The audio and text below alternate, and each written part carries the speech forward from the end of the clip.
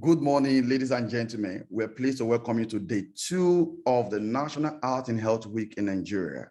For this morning's session, we're going to be focusing on inspirational stories of artists and activists who are using art and dance for social change in Nigeria. Please, you're welcome on board.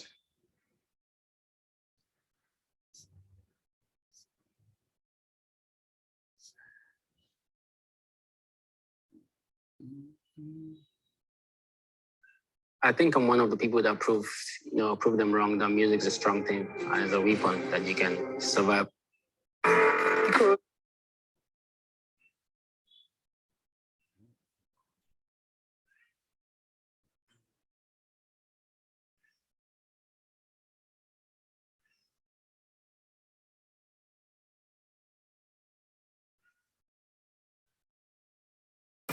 Ikorodu is a community in Lagos.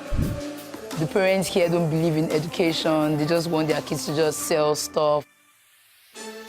But then I saw how much they loved dancing and how it was really changing their lives. And so I realized how much impact dance could bring in the life of these kids. I use my passion for dancing to help most of these kids who are from poor homes.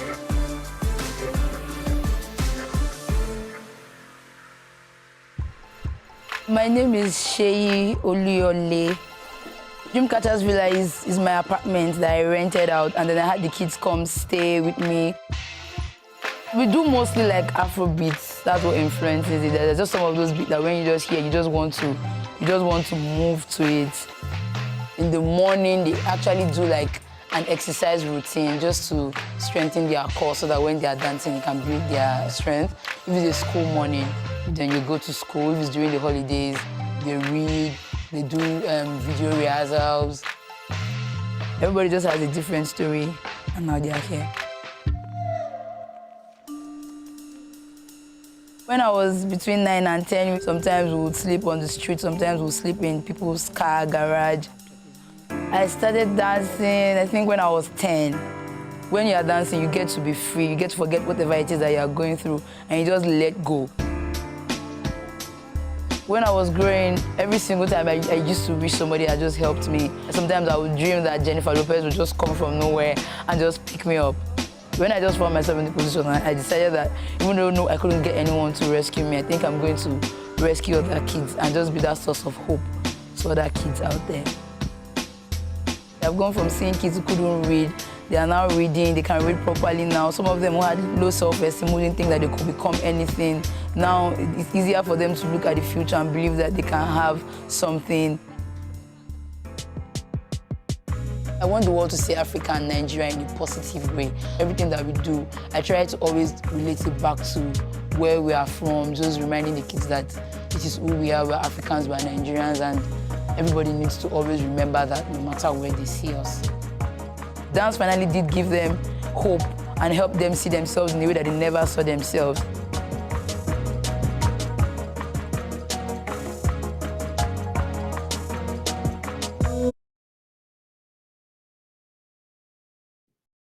Wonderful, wonderful. I would like to introduce our speaker for today, the first speaker, Seyi Oluyole. Seyi, please, can you please put on your camera very quickly? We need to move very fast. We're behind schedule already. Please put on your camera so that we can spotlight you, please. Very quickly. I will read a bio now. Seyi is a graduate of English from Covenant University, and she's also the founder of DreamCatchers. Seyi, you're welcome on board today. Please go ahead. You have 10 minutes to speak, and then we'll go to Q&A. Oh, sorry. I need to unmute you. I'm sorry. You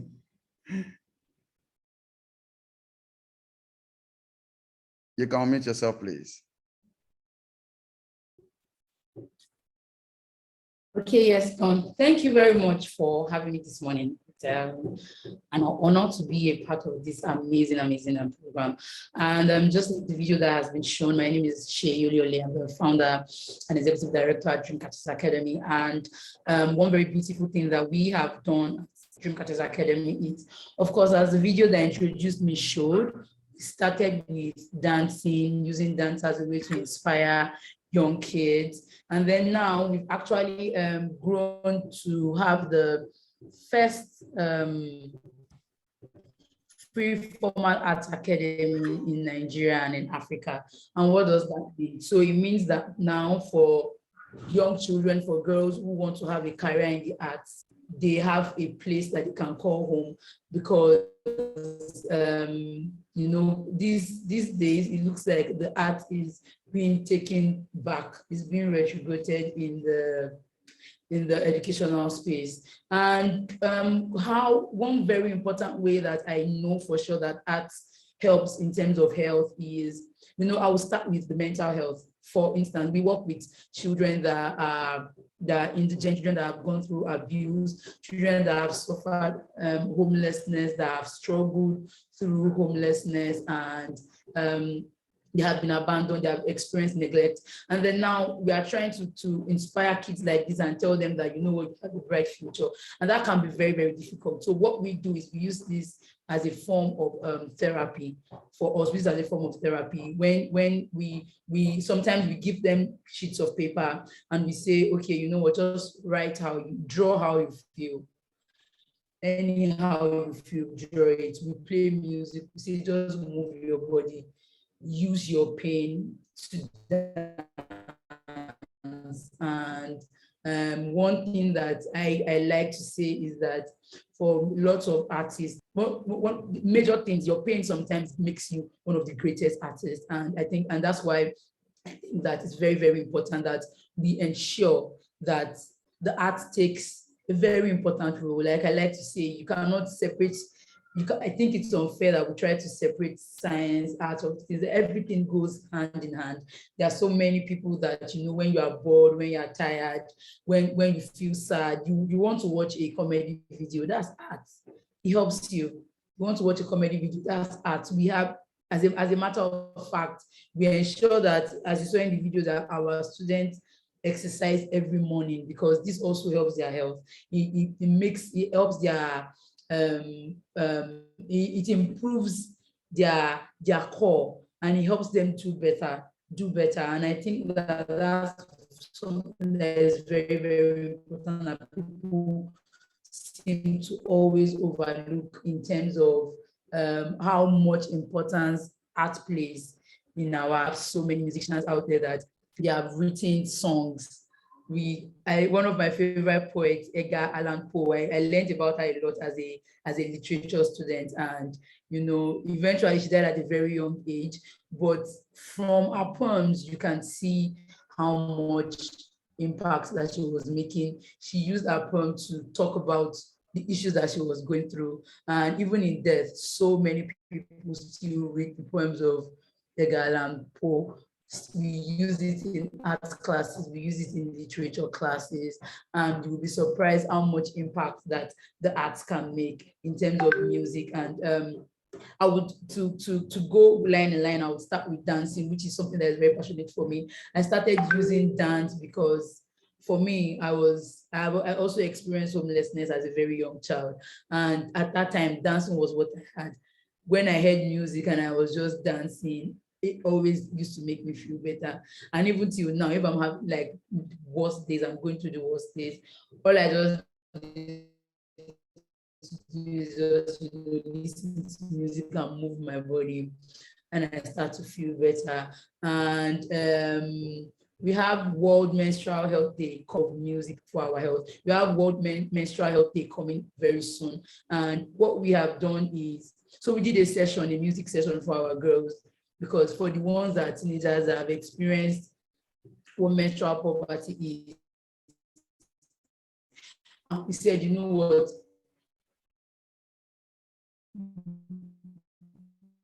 what do you think about menstruation? And then we had many of them writing about how before they joined the academy, there will be days that they won't be able to go to school because of menstrual poverty. Their parents could not afford pad.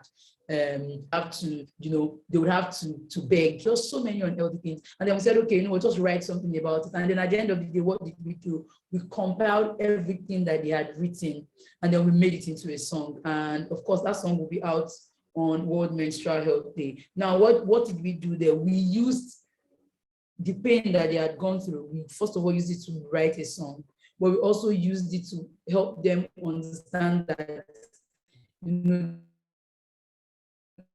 they can heal, to help them understand that you are not the only one that has gone through this. And then, like I said, our art classes, in terms of visual arts, where we have them draw things. Sometimes we have students, because she's just really sad. She remembers that her mom is dead, and then once you give her a paper and a crayon, she just starts to draw. She can draw. Sometimes tell her to draw the happiest day. Okay, draw something that makes you happy. And then once she draws that, she starts to feel better. She starts to, feel healthier. She starts to feel better. And for us at DreamCatchers Academy, these are the ways that we are using the arts to heal people. We're using it as a form of therapy. We're using it as a to help young girls understand that the world is yours. You can make a difference in the world. You can capture the world. You can do so much more. And I think that's mostly what I have on my presentation today. And I am more than happy to take any questions that anyone might have in that regard. Thank you very much. Amazing, incredible. Please, let's appreciate Seyi, everyone. Wonderful. That's such a very powerful and inspirational story. And each time I look at Seyi and the work she does at Ikorodu, people think about Ikorodu as one side of Lagos that nobody wants to go to. And I am always fascinated by individuals who are passionate about children or young people who are in marginalized community, right? Because oftentimes we want to stay in the areas, in community where things are happening already, where things are bubbling. But it's intriguing to know that she is doing this great. Sometimes I watch what she's doing and sometimes I will start crying in my mind because I know what it is not to have. I know what it is not to have. And then the fact that you could use dance to bring about social change, helping these young girls to go back to school, to stay in school, to stay off the street. This is what the government's supposed to do, but here's an individual who is doing it. So sometimes we feel like we're asking the government to do everything. The government can't do everything for us, and we have the duty to be able to take responsibility for the lives of people within our environment. And Seyi, we do applaud you for this bravery, for this great work that you're doing. We do celebrate you. So please, if you do have questions for Seyi, please do just drop it in the chat. I will just ask you one question. You mentioned that you just founded the first art school in Nigeria, also maybe in Africa, where girls can just attend free art education. Do you want to say something a bit about that very quickly? Please, if you do have questions, please do just drop it very quickly, Seyi, please. How did you come about that? How did you achieve that? When did you start? When did you get started, please? I'm asking to your miss now. Yes, please, sorry. Oh, amazing. Thank you for that question. So it basically started during COVID-19. The world shut down in COVID-19 and our girls were not able to go to school. So we started teaching them at home. Like, of course, we had to start using volunteers and teaching them at home. And because they were at home, we would do normal schoolwork. And then after that, we'd get into our art classes, music and dancing. And then we now realized that the students were learning better and faster because now we were the one in charge of the timing and everything, and it was a comfortable environment. We were teaching them at our own pace. And so when that happened, before that time, we had actually done research in marginalized communities to see how art inspires young girls. And one thing that we noticed is that girls who desire a career in the arts usually drop out towards SS1. That's in secondary school because they believe that formal education also was like, okay, you know what, when we have a school like this, it means that young girls can actually now stay in school. So if there is a girl that is 13, 14 and wants to sing or wants to be a producer or wants to be a choreographer, she does not have to be feeling like, I want to go for a rehearsal at 10 a.m. somewhere and I have to go to school. Now she has the chance to still be in school and also take part in the art. So that was basically how we started, gathered my team, and then we started the work in 2020. And it took us 2 years because when we said this, we didn't have funding to build the school. And most people everybody that we approached wanted to fund a tech center instead of an art school. So we just kept on pushing, and eventually we're 2022. And currently we have 30 students. We are going to 100 students, providing them with arts education, formal education, a home so that they don't have to get distracted and be hawking. Just, providing them with opportunities where there's no excuse for them to be mediocre. There's no excuse. Yes, they are from marginalized communities, but and not poor in mind. They are very rich in mind. Thank you.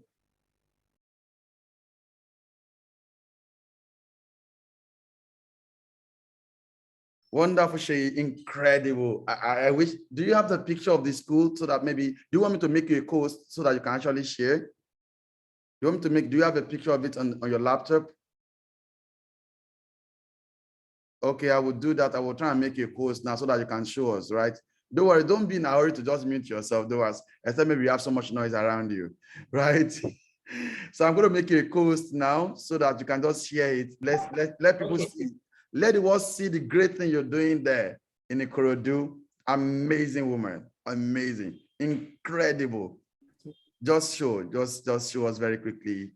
Yes, so okay, yes. Can I share my screen? Yes, you can share your screen very quickly, please. And then we'll go to the next speaker. Okay. Please, if you do have questions for Seyi, please drop it in the chat. Fantastic. So people asking for your address already. They are coming to Ikorodu. She will drop the address in the chat. Okay, yes, I'm having, okay. So, security, privacy. Do you want to email it to me? Don't worry, do you want to email it to me? Okay, yes, maybe I should do that because I'm having some issues. Okay, so I'm sending my email right. Screen. Okay, I'll send you my email. Yes, also Seyi, you can please drop the chat, the social media handle for DreamCatcher, and also your own personal social media handle as well, so that people can follow you very quickly to see more of what you're doing. We really do appreciate you. I'm going to send you my email via DM now so that you can send me the you can send me the picture of the school you're mentioning, and then that way we can just get to show everyone. All right.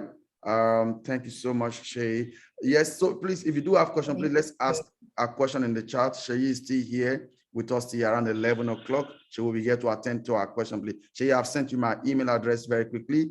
I will go next to another speaker now, and we would just move very quickly. Okay.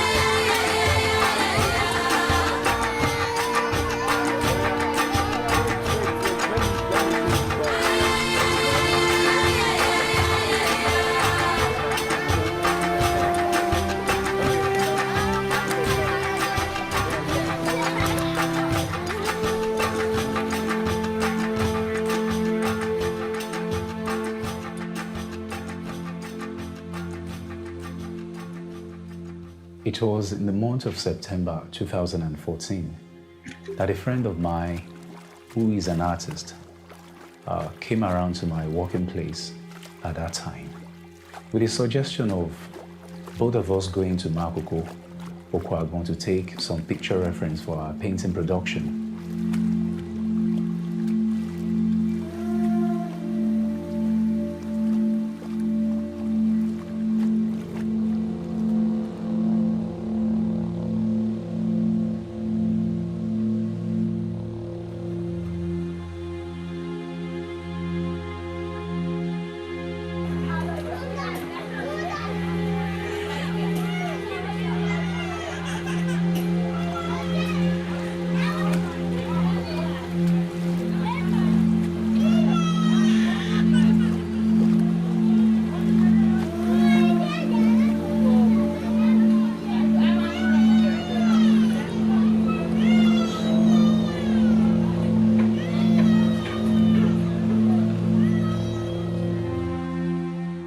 friend also suggested that we go to the chief of Okwagbo for permission before we could take the photographs that we came for. As my friend was asking for this permission, another burden came, into my heart of asking if the chiefs could permit us to be coming to teach the children about art. They were shocked, and they told us that they would have to do some investigation before they could grant us an endorsement. And that took about 3 weeks or so.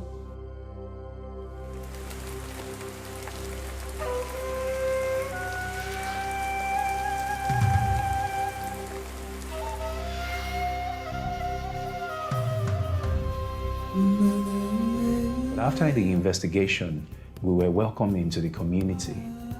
Even the Baale encouraged us by making a space available to us, and that was where we started our first class.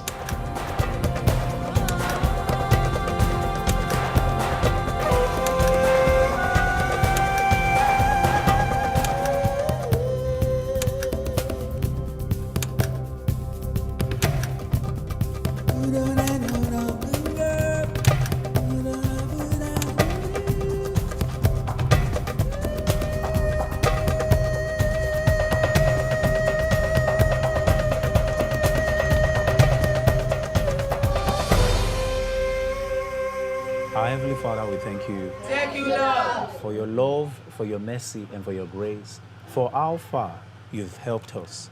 Father, accept our thanks in Jesus' name. Amen. Color is Light. Color is light. Being an artist is more than just drawing pretty pictures. As an artist that God has blessed, that is talented, you have the opportunity to change your environment. As an artist, you have a unique voice. You can say whatever you want to say. I am the light of the world. I am the light of the world. Amazing. I am the light of the world. That is from our speaker today, Mr. Opedun, Damilola. Please, could you please put on your camera, because we love our audience to be able to see you, please. Can you do that? Oh, wonderful. Yes, we can see you, sir. So I'm going to make you a co-host, right? Is that okay? So that if you want to share anything, you will share very quickly. And then I'm also asking, oh, wonderful, great. Mr. Opedun is a visual artist from Lagos, Nigeria. So we're pleased to welcome our second speaker for this morning, Mr. Opedun Damilola. Over to you, sir. Please introduce yourself to us very quickly. Yeah, thank you so much for having me. I'm Damilola Moses Opedun, an artist, based in Lagos, Nigeria. I have my studio in Bagada here. I also consider myself as a social development, worker. And I've been doing this for the past, I think it's 7 years already, because it all started in 2015, as you have seen in the video played. It all started when a friend, just like you have seen in the video, when we went to Morocco to take picture, for painting production, one thing led to the other. It was when we were at Morocco that I saw the living condition there,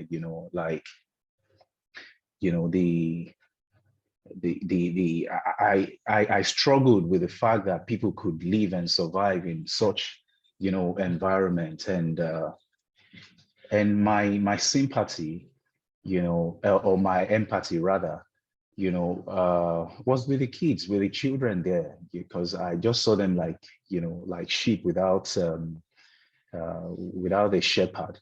So it was when we were at the Baale's living room, when we met the chiefs, that the burden came upon my heart, and I just told them that I would like to teach these kids, because everything I've learned in school, because it all has to do with their God-given talents, that I can actually build them up through the help of God, and to where they can become young professionals where they can be empowered as well, to be able to help their parents and to be able to contribute to their community as well. So I think, yeah, I finished from Auchi Polytechnic, and I've had several exhibitions, both within Nigeria and outside Nigeria, and London, Austria, yeah. And I also have a studio space in Bagada that accommodates students from different tertiary institutions in Nigeria, art students, of course. So some of them do come, we accommodate them, we give them accommodation at the Bagada studio that we call TSTTV Studio 2. So, so far, so good. We've been able to train more than 100 students at our Bagada studio, and more than 100 children as well in Makoko Okwagmo. So that is just the, the summary of what I've been doing ever since. Incredible, 2015. incredible story, Mr. Opedun. Wonderful. We're Thank so you. thrilled and inspired by the work you're doing in Makoko. And, sometimes people visit such a place just to take pictures and use such images for their personal gain. So what changed for you? Because I've seen several artists, even big artists in Nigeria, who have painted Makoko. They've made millions of naira from Makoko. What was that thing that made you to be a different artist? There is no way, okay, let me put it this way. It has to do with my background. My mom and my dad were separated. I was trained, by a single mother. And at some point in my life, I had to battle and struggle with a lot of emotional issues, low self-esteem. I lived in a semi-ghetto myself way back in Ibadan. And then my mom, blessed memory, was an evangelist. You understand, that taught me about, it made me to know that, she taught me a lot about Christ, not as a religious figure now. And I still tell people that I see the Bible not as a religious book. The Bible is a book that when you read, you can discover God and, know about his great plan for humanity and your role in his plan for humanity. So for me, it has always been trying to emulate, Christ. I'm sorry if I'm sounding religious, but that's my reality. So, and I believe that he has been the one empowering me. It wasn't about financial gain. It wasn't about, for the first 2 years that I went to Morocco, I wasn't even, I did not make it public until 2017 that I started putting it on social media, because I wanted people to support me and to be part of it, because I now saw clearly that it was about the kids in Makoko, not about me, not about fame or anything. So for me, it's the love and the hope and the transformation, the positive transformation that this is going to bring to the vulnerable children in Makoko, helping them to achieve positive outcomes in life. So that is what has kept me going.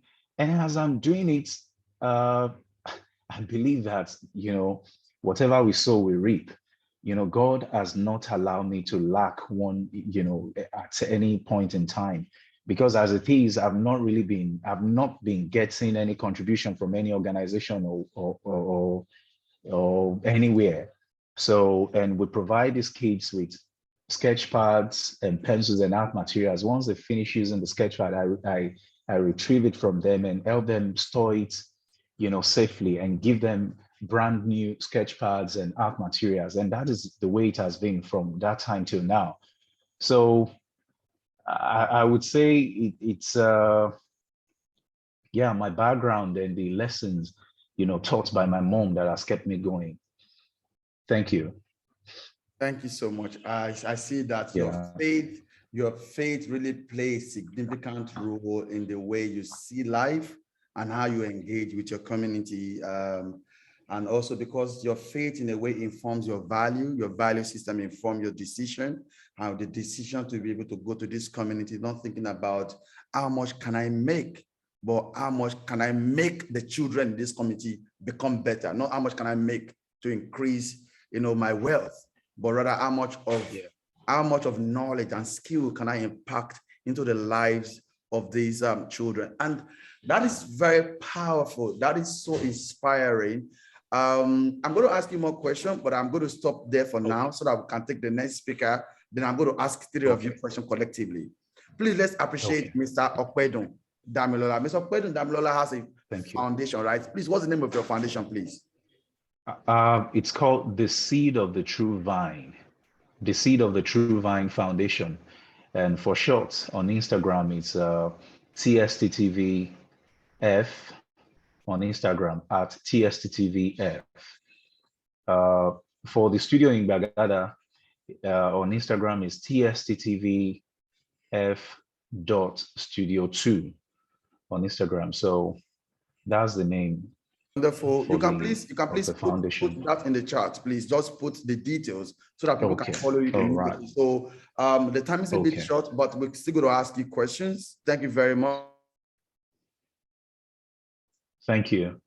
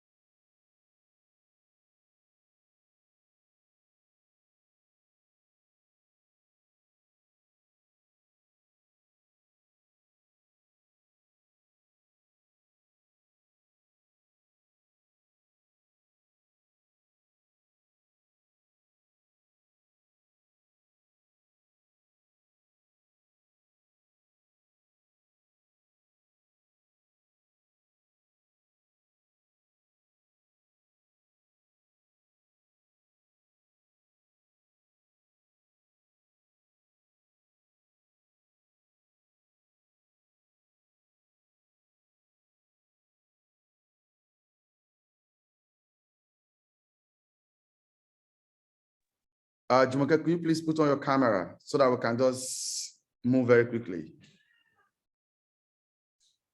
All right, I see that you're on the move already, right? So, Jumoke, you're welcome on board. You're welcome to the National Art and Health Week, the first of its kind in Nigeria. And we're pleased to have you here. Good morning. Good morning. We're pleased to see you. Good morning.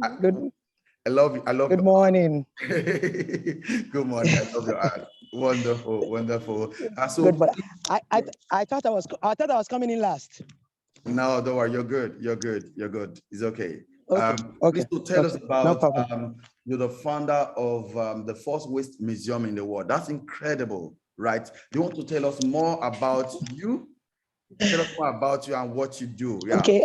Very quickly.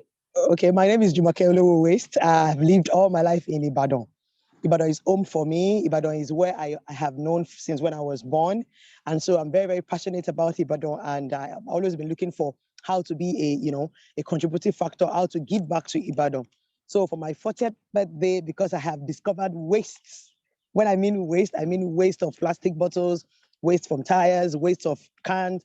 I discovered this in my kitchen several years ago. And I fell in love with it. And I started exploring waste, doing different things, creating different works of art, establishing different playgrounds. And so for my 40th birthday, I went to 40 public schools. I got the idea, instead of doing a party, to go to 40 public schools to, give them what I know free of charge, which is to create a playground from waste. And under 13 months, I was able to do that and reach out to over 25,000 children and 1,500 teachers. By the time I was done, I realized that was what I wanted to do for the rest of my life. So I started a company. The name of the company is African Creative Sustainable Synergy Hub.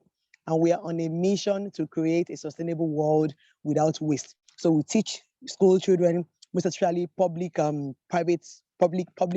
school children, in Ibadan, because we realize that they've been so denied.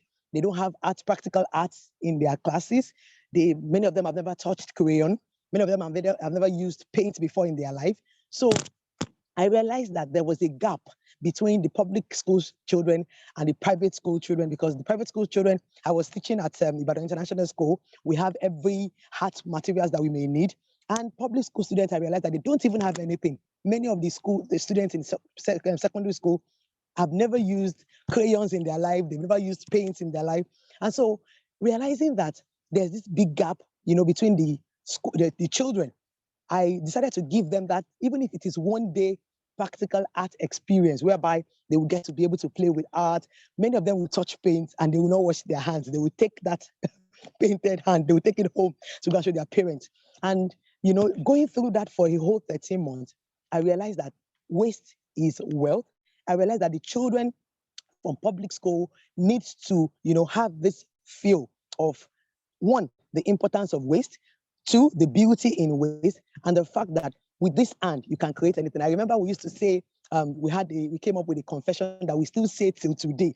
And the confession, we say, these are my hands. God gave them to me. They are blessed. Whatever I do with them shall prosper.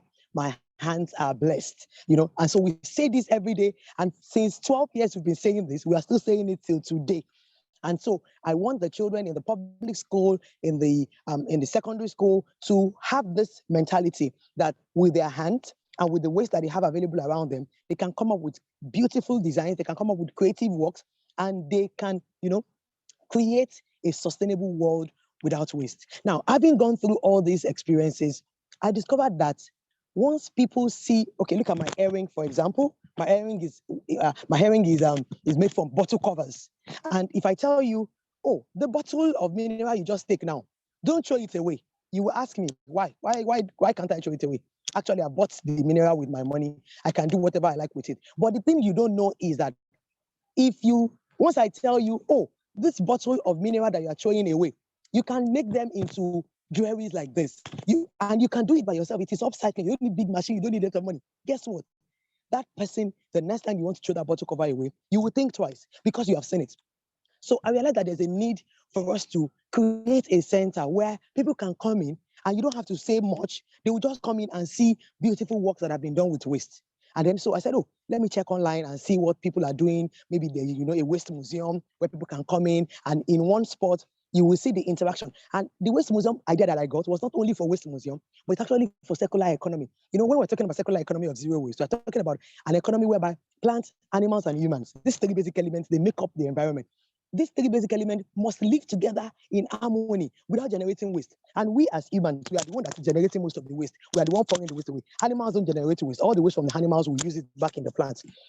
Plants don't generate waste. All the waste from the plants, we can convert them into compost. But humans, we are the one that is always generating this waste that is harmful to our environment, that is not sustainable. So I decided that, let's come up with a waste museum. And I thought somebody must have done it somewhere else. So I brought out my phone and then I checked waste museum. And then the result came back and said, this result cannot be found. And I'm like, waste museum. And then I checked it again and I couldn't find it. And I'm like, are you telling me that nobody has sort of creating a museum that is dedicated for waste? And so since there was nobody that has done it, the next question I asked myself, is that means the world is waiting for you to do it. I don't think small, because I know that I have a very big God. I may be very small, but I know that I have a very big God. So I asked myself, if nobody has done it, it means that the world is waiting for me to do it. And the next question I asked myself, what is in your hand? I always ask myself anytime any new idea comes, what do you have now that you can use to start? You don't have to wait for the government. You don't have to wait for forever. What do you have now? So I asked myself, oh, I have a small space in Monia. Then I asked myself, Monia is a bush. Who knows Monia? But I said, you know what?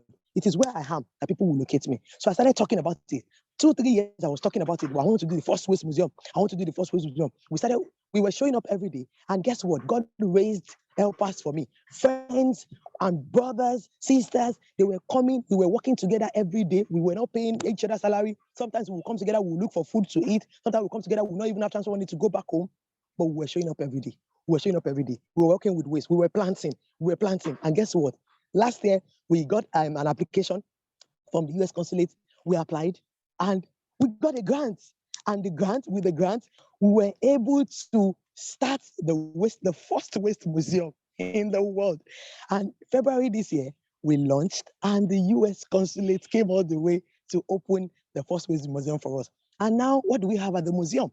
People are coming in there now for excursion. You can come in to see circular economy of plants, animals, and humans living together without generating waste.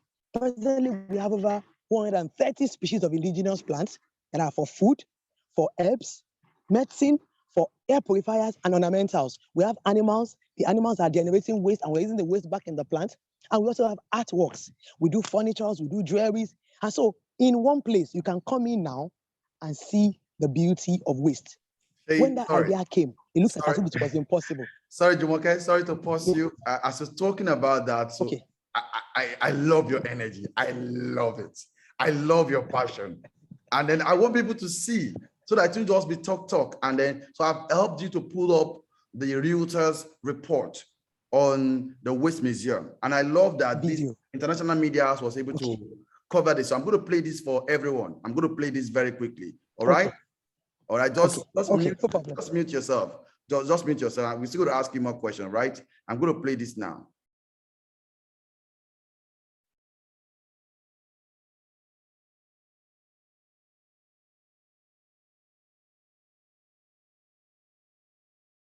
Sorry.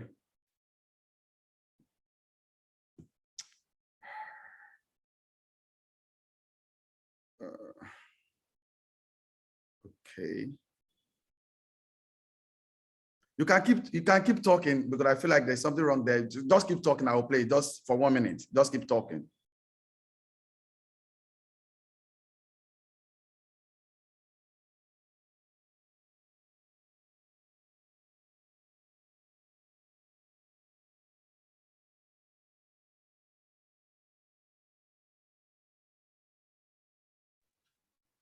Okay, so the question I will always ask myself is, what is in your hand right now that you can use? You don't have to wait until you have 1 billion or 1 million. If you have an idea, if God gives you an idea, what you need to do that idea is right there with you in your pocket. What is in your pocket? Stop looking for it in Shokoto or in Kafansha. So I asked myself, what is in my hand? And I remember I had that small space and we started it. And I did not look down on myself. I did not think, oh, I'm too small. Who knows me? Yeah, it's inside Monia. It's in Badon. Nobody knows Monia. Nobody's in. But guess what?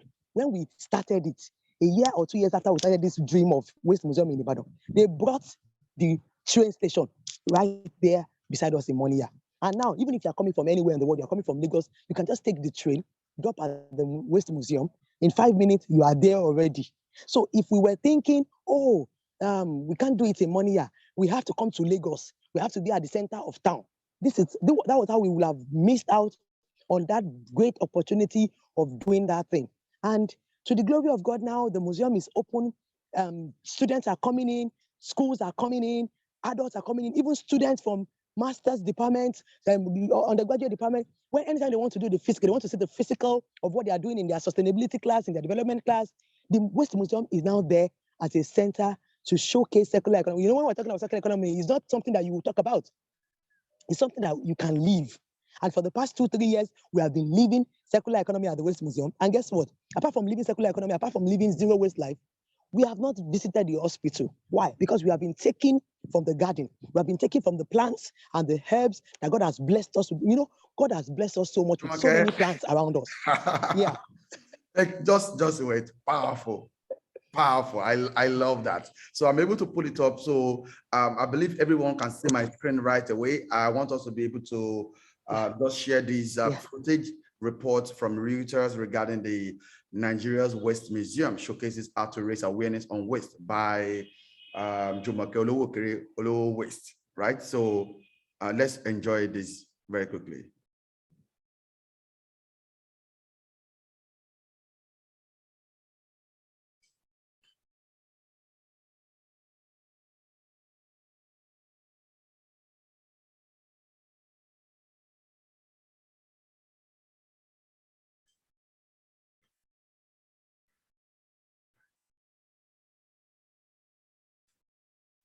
Jumoke, you can keep speaking. I'm sure you can see the video because I can't hear the audio. So you probably can continue to speak about what you're doing here very quickly.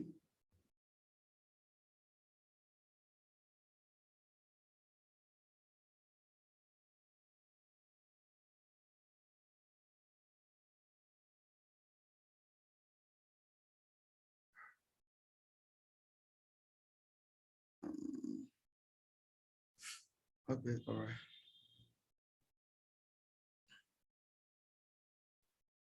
So you can just speak, since I can't, there's no audio, you can speak to what, I'm going to share the screen and I want you to speak about what you're doing there, all right? All right? So don't mute yourself. I want to stay unmuted. Good. Okay. So just, Okay. I need to play that clip again so that people can see, right? Okay. So don't just Okay. talk, Okay. or we want visual Okay. for what you're saying, all right? Okay. Okay. Okay. Okay. Okay.